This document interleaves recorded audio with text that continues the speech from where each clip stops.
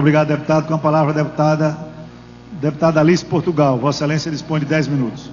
Senhor presidente, senhores deputados, senhoras deputadas, com satisfação que, como não membro dessa Comissão de Constituição e Justiça, me dirijo a esse pleno, não obstante o esvaziamento temporário, mas com a intenção, inclusive, de atingir a sociedade e deixar aqui registrado, no âmbito dessa comissão, uma posição que tenho defendido na Comissão de Educação dessa Casa e desde o momento em que criamos a PEC da Juventude na Câmara dos Deputados, que acabou dando origem ao Conselho Nacional de Juventude, dando origem à Secretaria Nacional de Juventude, que hoje comandam a transversalidade das políticas públicas de juventude em nosso país.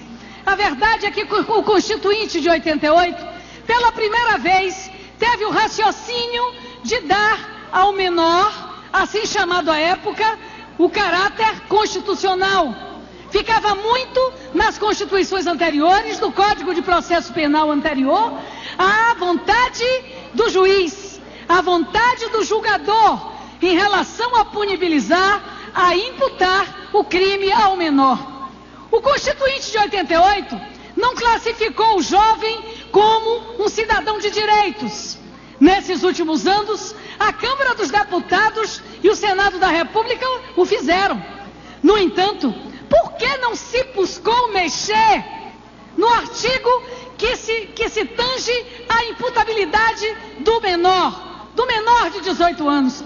Porque, senhor presidente, senhores deputados, se hoje a legislação no mundo inteiro alarga a faixa do que chamamos de juventudes, imagine se esse alargamento de faixa contemplaria a possibilidade da imputabilidade de um jovem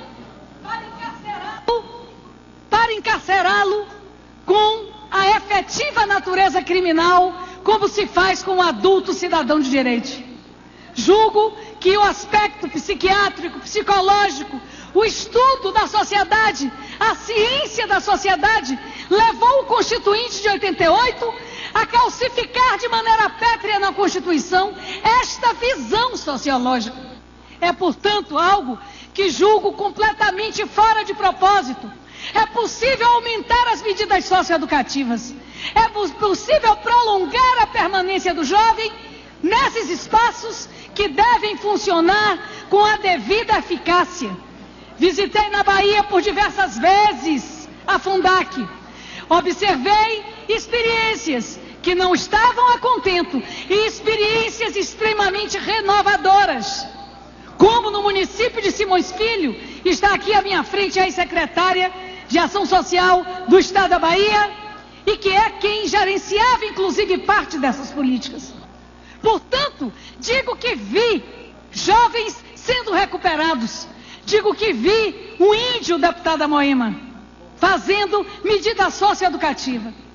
Um índio que, com delitos que realizava do seu município, acabou privado de liberdade, mas que mesmo nessa privação de liberdade, desenvolveu problemas psíquicos agigantados.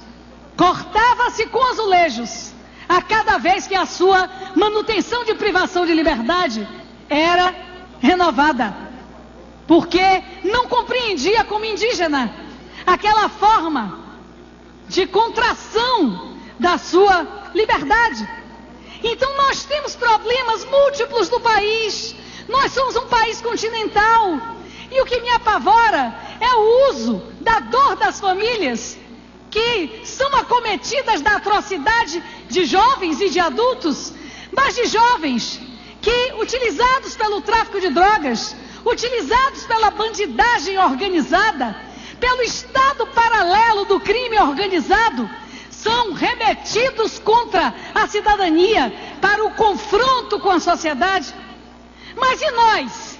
Vamos traduzir essa realidade de 1 e pouco % dos crimes ocorridos no Brasil para prender, senhores deputados, os ladrões de bicicletas, para prender os ladrões de tênis, as crianças das periferias, que impulsionadas pela sociedade do consumo, são tragadas pelo pelas relações delituosas? É essa a forma de resolver o problema? Me parece que essa é uma falsa forma. É uma forma absolutamente ineficaz. É um mecanismo que deflagra a distorção. É copiar a imprecisão.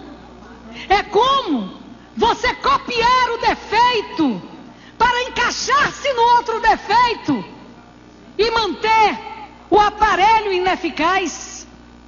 E isso é algo extremamente grave. Copiar desvios, copiar defeitos, nunca corrigir defeitos. Por isso, penso que a melhor forma é o aprimoramento do nosso sistema de incorporação do jovem em situação de delito com a lei, de confronto com a lei. É melhorar, ou quem sabe até estender as medidas socioeducativas. É fazer com que as medidas socioeducativas sejam acompanhadas no processo de construção social desse jovem.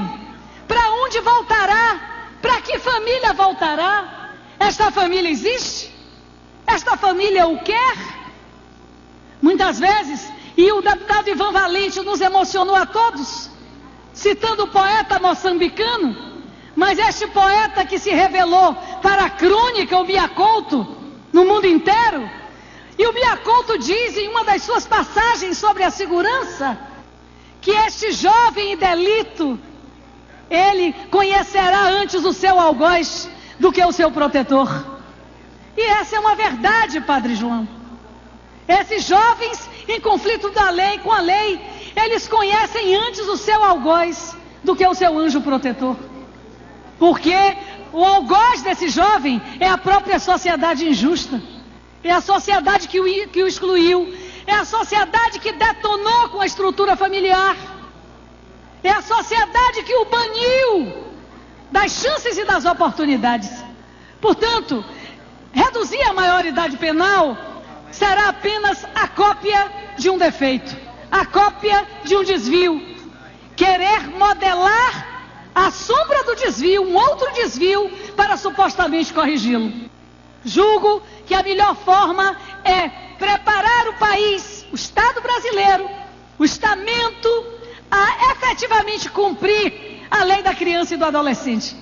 A garantir que as medidas socioprotetivas, elas sejam devidamente cumpridas, ou até alargadas, já que o aspecto do apelo social e popular é algo que chama a atenção. E de fato, porque quando a mídia exacerba o apontar dos casos dramáticos, como o do filho da deputada Keiko Ota, como graves problemas que assistimos do Brasil afora, nós sabemos que essas famílias só merecem nosso amparo, só merecem o nosso abraço, o nosso carinho, a proteção social. Mas o que vamos fazer ao generalizar? Não será tão grave. Portanto, julgo que o maior, e isso foi aprovado a semana passada, que se aproveita de um jovem para cometer delitos, este adulto deve ter a pena dobrada. Este adulto deve ter a pena dobrada e o sistema penal brasileiro tem que ser rigoroso com esse adulto. No entanto, constituir a visão de que a cópia do defeito, que a generalização do cárcere para menores de 18 anos, para menores de 16 anos, será efetivamente a solução para o problema, lê do engano. Grande engano. Teremos presídios de ladrões de bicicletas. Teremos presídios de crianças encantadas com o tênis e com o jeans que não podem ter. Teremos presídios de aviõezinhos, de meninos do tráfico. Teremos presídios de meninas que são prostituídas nas estradas por um prato de comida e que arrancam a corrente de ouro de uma passageira de um ônibus. Isso é muito grave, senhores deputados. A lei, ela é para ser cumprida, mas é para ser justa, para refletir como espelho plano o reflexo da sociedade. E por isso, exacerbar este direito que temos e este acesso que temos a mudá-las é também algo extremamente poderoso e que pode efetivamente se transformar em uma ferramenta injusta. Por isso sou contra a redução da maioridade penal. O meu partido, o PCdoB, com razoável influência da juventude, tem clareza que isso não corrigirá os rumos da juventude brasileira em direção à cultura de paz. Portanto, penso que temos que empoderar o sistema. Obrigado, o sistema, finalizando, senhor presidente, o sistema das medidas socioeducativas, fortalecer os conselhos tutelares e quem sabe até ampliar essas medidas socioeducativas, mas não copiar o desvio, porque teremos com certeza uma medida cruzada, uma mordida cruzada sobre a face da sociedade brasileira. Uma palavra, deputado. Que não que sejam menos importantes. Um segundo encaminhamento. Ministério de Santos, no meu estado de São Paulo.